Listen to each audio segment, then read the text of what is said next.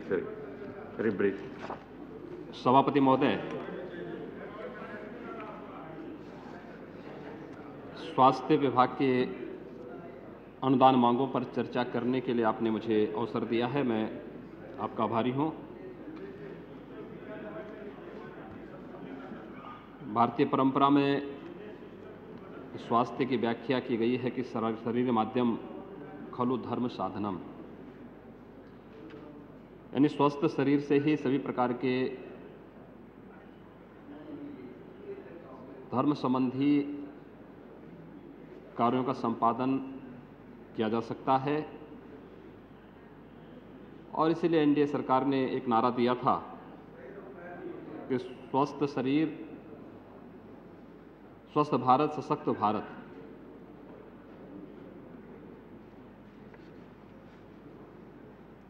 स्वास्थ्य और शिक्षा दो ऐसे विषय हैं जो किसी भी सभ्य समाज और सभ्य राष्ट्र के प्रत्येक नागरिक को प्रदान करना सरकार की नैतिक जिम्मेदारी होनी चाहिए। और उसी क्रम में यद्यपि माननीय प्रधानमंत्री ने इस बात की घोषणा की कि हम लोग राष्ट्रीय स्वास्थ्य ग्रामीण मिशन की तर्ज पर एक राष्ट्रीय स्वास्थ्य मिशन पूरे देश के अंदर लागू करेंगे, लेकिन स्वास्थ्य मंत्रालय की जो स्थिति है, अभी पिछले वर्ष जो स्वास्थ्य मंत्रालय को कुल धनराशि दी गई थी, वर्ष 11-12 में 26,760 करोड़ रुपए जो स्वास्थ्य मंत्रालय का बजट था, उसमें से मात्र 24,315 करोड़ रुपए ही खर्च हुए। यानी एक तरफ देश के अंदर एक बड़ी आबादी स्वास्थ्य सुविधा के अभाव में दम तोड़ती है, दूसरी ओर मंत्रालय को प्रदान की गई धनराशि समय पर खर्च नहीं हो पाती है, तो स्वयं ही प्रधानमंत्री के दावों की पोल भी खोलती है। महोदय, आखिर हेल्थ फॉर ऑल के लक्ष्य को पूरा कैसे किया जा सकता है? अभी तो हम हेल्थ पर केवल जो देश की सकल घरेलू जो आमदनी है, जो जीडीपी है, उसका केवल 1.4% ही हम लोग हेल्थ पर खर्च कर रहे हैं। माननीय प्रधानमंत्री ने इस बात की घोषणा की थी कि हम इसे 2.5% तक पहुंचाएंगे, लेकिन बजट के प्रावधानों को देखा जाए तो वह अभी उससे भी दूर है। और यह तब है जब पिछले वर्ष 1.4 जीडीपी का 1.4% हेल्थ के लिए आवंटन होने के बाद भी उसमें भी पूरा पैसा खर्च नहीं हो पाया। अगर हम देखें, दुनिया के हिसाब से देखें तो अमेरिका में 7% हेल्थ पर, कुल जीडीपी का 7% तक वह हेल्थ पर खर्च करता है। तमाम यूरोपीय राष्ट्र हैं जो 6 से 8% तक खर्च करते हैं। और तो और थाईलैंड और श्रीलंका जैसे देश भी हैं जो भारत से अधिक अपनी जीडीपी का हेल्थ पर खर्च करते हैं। दूसरा, एनआरएचएम को अब शहरी क्षेत्रों में भी लागू करने की बात हुई, तो एनआरएचएम का जो पिछली बार का बजट था वह 18,115 करोड़ रुपए था, वह मात्र बढ़ा करके 20,822 करोड़ रुपया हुआ है। 1/3 आबादी हमारी शहरी क्षेत्रों में निवास कर रही है। अगर हम उसे भी इस दायरे में लेना चाहते हैं, राष्ट्रीय स्वास्थ्य मिशन हम लोग चलाना चाहते हैं, कैसे संभव होगा कि इतनी कम राशि से हम देश के प्रत्येक नागरिक को स्वास्थ्य की सुविधा उपलब्ध कराना चाहते हैं, उसमें भी स्वास्थ्य मंत्री का ये दावा कि हम दवा फ्री में देंगे। अभी तो ग्रामीण क्षेत्र में नहीं दे पा रहे हैं।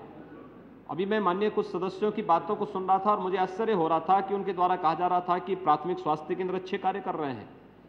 मैं दावे के साथ इस बात को कहता हूं कि इस देश के ग्रामीण क्षेत्रों में कार्य करने वाले 90 से 95% प्राथमिक स्वास्थ्य केंद्र और सामुदायिक स्वास्थ्य केंद्र में कोई कार्य नहीं हो रहा है।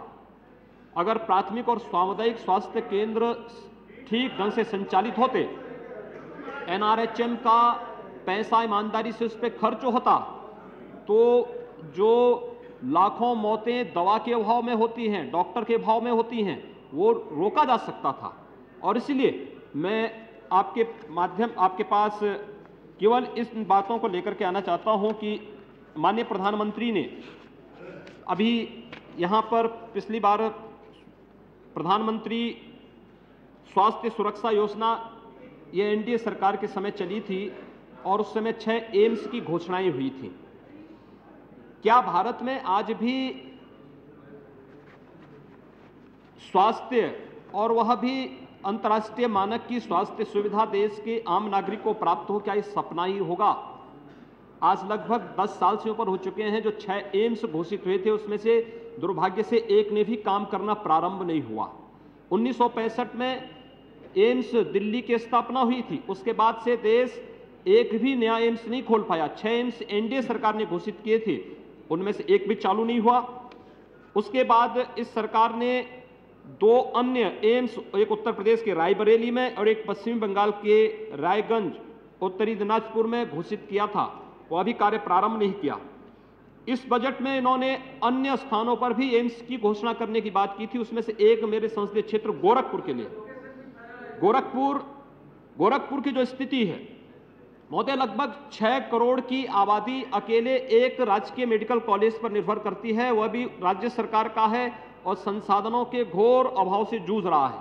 वहां पर पूरे चिकित्सक नहीं है, पैरामेडिकल का स्टाफ नहीं है, उनके पास कुछ भी अन्य सुविधाएं नहीं हैं और वहां पर इंसेफ्लाइटिस, मलेरिया, फाइलेरिया, डेंगू, कालाजार और अन्य वेक्टर जनित बीमारियों की एक बहुत बड़ी आबादी वहां पर आती है। हजारों मौतें प्रतिवर्ष होती हैं।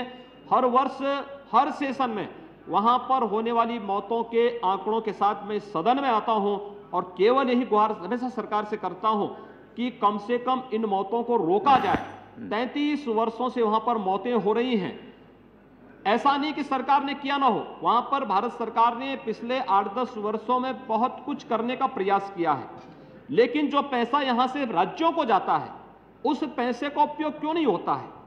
वहां पर हमेशा, अगर मेरा मानना है कि अगर हमारी प्राथमिक स्वास्थ्य केंद्र और सामुदायिक स्वास्थ्य केंद्र ठीक ढंग से संचालित होते, वहां पर ईमानदारी से कार्य होता, उनमें डॉक्टरों की तैनाती होकर के उनको वहां पर ईमानदारी से कार्य करने के लिए वहां पर लगाया गया होता, तो संभवतः अकेले बीआरडी मेडिकल कॉलेज गोरखपुर पर जो भार है उसको रोका जा सकता था, और लेकिन रोकने का प्रयास नहीं हो रहा है। और यहां पर जहां हम लोग इंसेफ्लाइटिस आदि बीमारियों से एक तरफ जूझ रहे थे, दूसरी तरफ हमारे सामने एक नई समस्या पैदा हुई है।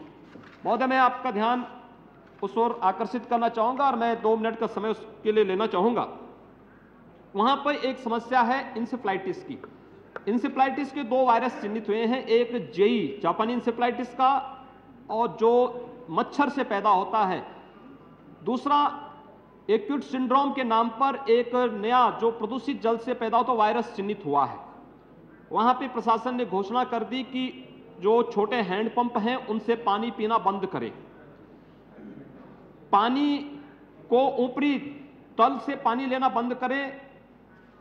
लोगों को जबरन प्रयास किया गया कि वो रोकें इसको, लेकिन जब पानी की जांच की गई, निचले तल की स्टेटा की जांच की गई, तो उसमें आर्सेनिक की, फ्लोराइड की और अन्य खतरनाक रसायनों की खतरनाक स्थिति मात्रा पाई गई। उसमें वहां पर एक नई समस्या पैदा हो गई है। इस समय आप देश की राजधानी के सभी, चाहे वह एम्स का हो या जितने भी यहाँ पर सरकार के द्वारा संचालित हॉस्पिटल्स हैं, उनमें देखें या आप जितने भी प्राइवेट हॉस्पिटल्स देखें, अगर आप देखेंगे तो उसमें लगभग 75% मरीज, चाहे वह किडनी फेल्योर के होंगे, चाहे वह लीवर फेल्योर के होंगे या फिर इससे संबंधित जितनी भी बीमारियां होती हैं, वो आपको पूर्वी उत्तर प्रदेश और बिहार के उस क्षेत्र से मिलेंगे जो आर्सेनिक, फ्लोराइड और अन्य खतरनाक जो रसायन जो पानी के अंदर मिले हुए हैं और वहां पर तमाम प्रकार की बीमारी दे रहे हैं। उन बीमारियों के उपचार के लिए सरकार के द्वारा प्रभावी कदम अब तक न उठाया जाना अत्यंत दुर्भाग्यपूर्ण है। इसलिए मैं आपसे अनुरोध करना चाहूंगा कि यहां पर माननीय स्वास्थ्य मंत्री ने जो घोषणा की है कि एम्स जैसे संस्थान हम देंगे, तो एम्स जैसे संस्थान देने की बात नहीं, मेरा माननीय मंत्री से अनुरोध होगा कि गोरखपुर एम्स की जो घोषणा उन्होंने की है, उसका धन का आवंटन तत्काल हो, वहां पर लगातार इंसेफ्लाइटिस के साथ साथ अन्य वेक्टर जनित बीमारी से लगातार हो रही मौतों को रोकथाम करने के लिए प्रभावी कदम उठाया जाए और इस दिशा से ईमानदारी से प्रयास करके जो स्वास्थ्य मत के लिए आवश्यक कार्रवाई किया जाए। धन्यवाद। Thank you, 5 Chairman, minutes, sir. 5 minutes, Panda, very briefly, sir. Yes, I shall try to be brief.